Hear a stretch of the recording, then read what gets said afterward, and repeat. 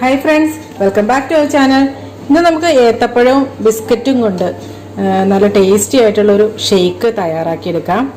അപ്പോൾ ഞാനിവിടെ എടുത്തിരിക്കുന്നത് ഓറിയോ ബിസ്ക്കറ്റ് ആണ് എടുത്തിരിക്കുന്നത്. അതുപോലെ ഒരു ഏത്തപ്പഴം എടുത്തിട്ടുണ്ട്. എന്നിട്ട് ഇത് ചെറുതായിട്ടൊന്ന് കട്ട് ചെയ്തെടുത്തിട്ടുണ്ട്. അപ്പോൾ ഇനി ഇതൊരു മിക്സിയുടെ ജാറിലേക്ക് ഇട്ട് കൊടുക്കാം.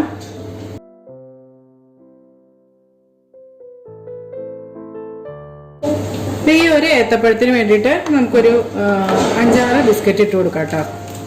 ഞാനൊരു 6 ബിസ്ക്കറ്റ് ഇട്ട് കൊടുക്കുന്നുണ്ട്.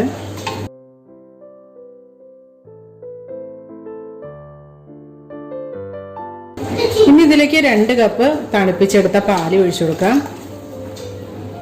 ഇനി ആവശ്യത്തിനുള്ള പഞ്ചസാര ചേർത്ത് കൊടുക്കാം. അപ്പോൾ ഈ ഓറിയോ ബിസ്ക്കറ്റിനും പഴത്തിനൊക്കെ നല്ല മധുരമുണ്ട്. അപ്പോൾ അതുകൊണ്ട് തന്നെ അത് നോക്കിയിട്ട് വേണം ചേർക്കാനായിട്ട് കേട്ടോ. ഏകദേശം ഒരു 3 ടേബിൾ സ്പൂൺ പഞ്ചസാര ചേർത്ത് കൊടുക്കാം. ഇനി ഇത് നന്നായിട്ട് അങ്ങോട്ട് അടിച്ചെടുക്കാം. ഇപ്പോൾ ഇത് നന്നായിട്ട് അടിച്ചെടുത്തിട്ടുണ്ട്. കണ്ടോ, നല്ല ടേസ്റ്റാണ് കഴിക്കാനായിട്ട്. അപ്പോൾ ഇനി നമുക്കിതൊരു സെർവിങ് ഗ്ലാസ്സിലിട്ട് ഒഴിക്കാം.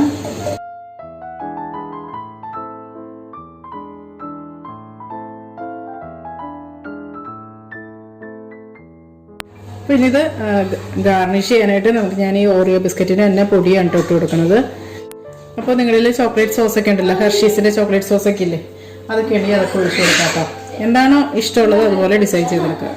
അപ്പോൾ ഇത് ഇത്രയേ ഉള്ളൂ. നല്ല ടേസ്റ്റി ആയിട്ടുള്ള നമ്മുടെ ജ്യൂസ് റെഡി ആയിട്ടുണ്ട്.